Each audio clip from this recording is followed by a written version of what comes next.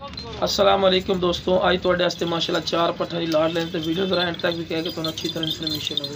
तो लो जनाब, पहले नंबर तुहानू टोर के विखा रहे हैं कि माशाल्लाह तुहानू पता लगे कि सेहतमंद एक्टिव पे तंदुरुस्त पे कोई लंगड़ी लुड़ी ना सी। उस तो बाद तुहानू अलग-अलग करके विखावांगे कि तुहानू पता लगे कि माशाल्लाह एक्टिव और सेहतमंद चारा वगैरह भी खवा के विखावांगे।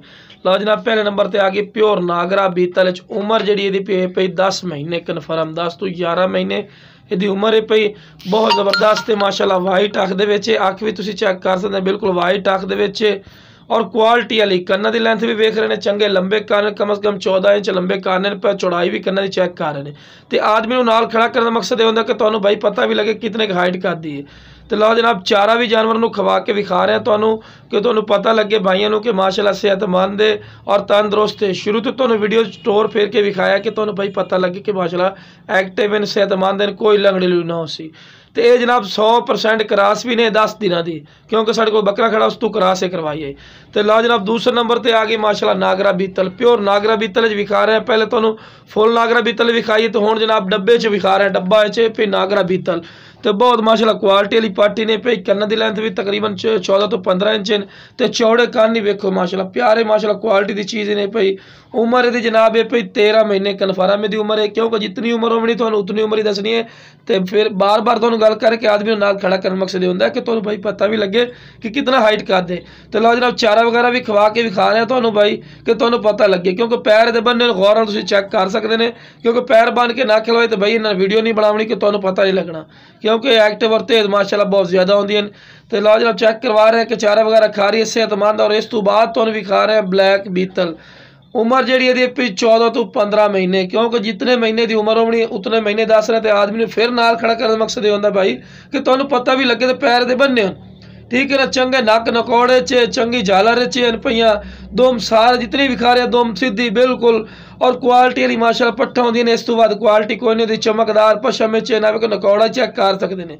और छोटे छोटे से कोई बड़े सिंह नहीं है पे। तो कन्ना की चौड़ाई भी वेखी करो भाई, ये क्वालिटी की कमी कोई नहीं। और ये प्लस क्वालिटी देने और बैठ में सिंह चमकदार पशम और माशाल्लाह डबल हड्डी दे और एक्टिव सेहतमंद हो सन। तो फिर मैं बार बार गल करें कि भाई आदमी को नाल खड़ा करने का मकसद ये होंदा है कि तुहानू पता लगे कि कितने का हाइट कर दी है। तो लो जनाब, इसनू भी रोजाना की रूटीन चारा वगैरह खवा के विखा रहे हैं कि तुहानू पता लगे भाई कि तंदुरुस्त है, सेहतमंद है और एक्टिव है माशाल्लाह, ठीक है जनाब। इस तो बाद आखिरी नंबर पर तुहानू विखानी है मक्खी चीनी माशाल्लाह, बहुत ज़बरदस्त क्वालिटी वाली माशाल्लाह पार्टी ने, बिल्कुल तोता फेस और बैठ में सिंग और लंबाई वेल ही वेख रहे चंगे लंबी वेल। तो कन्ना की लेंथ इन्हें पे 17 इंच माशाल्लाह कान लंबे पे, दोम बिल्कुल तीर वाली कार सीधी ते और चौड़े कान है चे पई।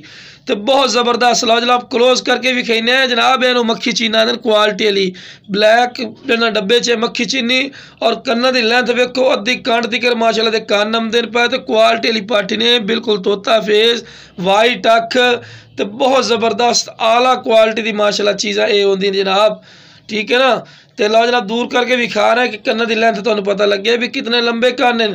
तो लो जनाब, इन्हें भी चारा वगैरह खवा के विखा रहे हैं कि भाई ने पता लगे कि सेहतमंद है और तंदुरुस्त और खूबसूरती की इंतहा है। जेड़ा भाई इंशाल्लाह कॉल करसी बिल्कुल ओदी कॉल की कदर करसा है और बिल्कुल मुनासिब राय लिसा है, कोई नजायज़ राय नहीं लेनी है जनाब। बिल्कुल तुहानू जेड़ा भाई पहले कॉल करसी उन्होंने बिल्कुल इंशाल्लाह बिल्कुल मुनासिब राय लिसा है इंशाल्लाह। ओके जनाब, अस्सलाम वालेकुम।